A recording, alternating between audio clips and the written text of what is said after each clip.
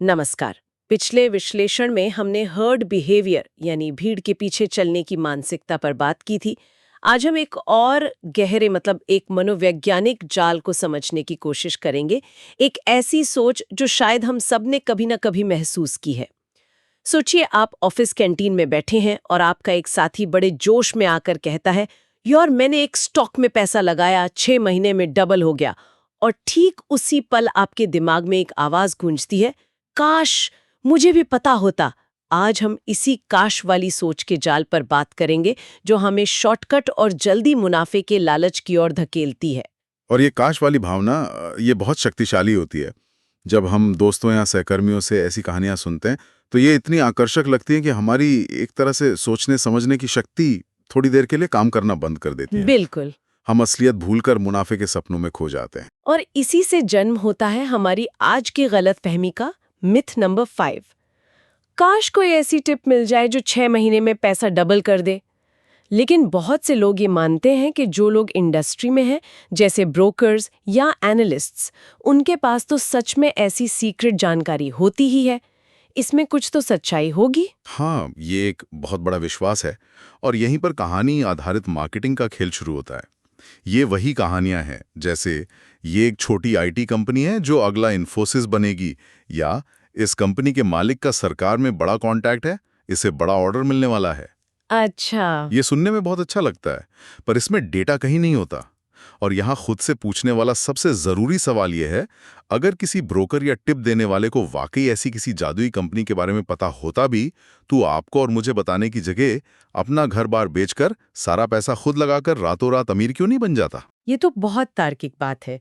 एक ऐसा सवाल है जो हम कभी पूछते ही नहीं है। ये एक ऐसा मनोवैज्ञानिक जाल है जिससे निकलना मुश्किल लगता है। तो फिर इससे बचने का कोई तरीका भी है या हम बस अपनी किस्मत को कोसते रहें? तरीका है, और वो शॉर्टकट खोजने में नहीं, बल्कि टिप देने वाले पर ही कुछ सवाल दागने में है। आपको जानकारी मांगने वाले से जानकारी देने वाला बनना होगा। मतलब आप टिप की क्वालिटी को नहीं, बल्कि टिप देने वाले की काबिलियत को परखिए। दिलचस्प। तो हमें उनसे क्या पूछना चाहिए? मतलब कैसे सवाल? आप सीधे सीधे पूछिए। पहला, क्या आपके पास अगले 1-2 साल के लिए अच्छी संभावनाओं वाली कोई कंपनी है? फिर आप ये विश्लेषण कैसे करते हैं कि ये कंपनी इतना रिटर्न देगी? और सबसे जरूरी, आपने पहले ऐसी कितनी कंपनियां पहचानी हैं जिन्होंने इतना ही अच्छा रिटर्न दिया हो? 1 मिनट। लेकिन क्या कोई ब्रोकर या टिप देने वाला इन सवालों का सच सच जवाब देगा? वो तो बस अपनी टिप बेचने की कोशिश करेगा, है ना? बिल्कुल।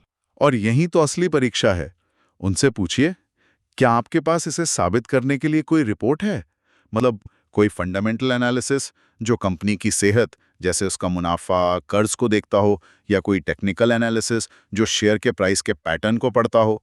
हम्म। अब देखिए, एक असली एक्सपर्ट इन सवालों का स्वागत करेगा क्योंकि उसका विश्लेषण मजबूत है। लेकिन जो सिर्फ कहानी बेच रहा है, वो या तो इन सवालों को टालेगा या नाराज हो जाएगा।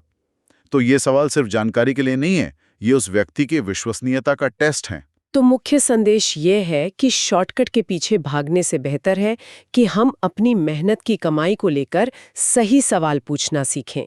ये सवाल हमें न सिर्फ गलतियों से बचाते हैं, बल्कि असली और नकली एक्सपर्ट के बीच का फर्क भी समझाते हैं। सही बात है। अपने निवेश को सरल रखें और इस काश वाली सोच से बचें। लेकिन तब क्या होता है जब टिप किसी ब्रोकर से नहीं, बल्कि किसी ऐसे व्यक्ति से मिलती है जिस पर हम आंख बंद करके भरोसा करते हैं, जैसे कि हमारा कोई बहुत करीबी दोस्त? हाँ, ये एक और दिलचस्प पहलू है। यही है हमारा अगला मिथ। मेरे दोस्त ने सजेस्ट किया था। क्या दोस्त की सलाह हमेशा सही होती है? इस आम गलती को समझने के लिए अगली चर्चा में जरूर शामिल हों। जय गुरुदेव।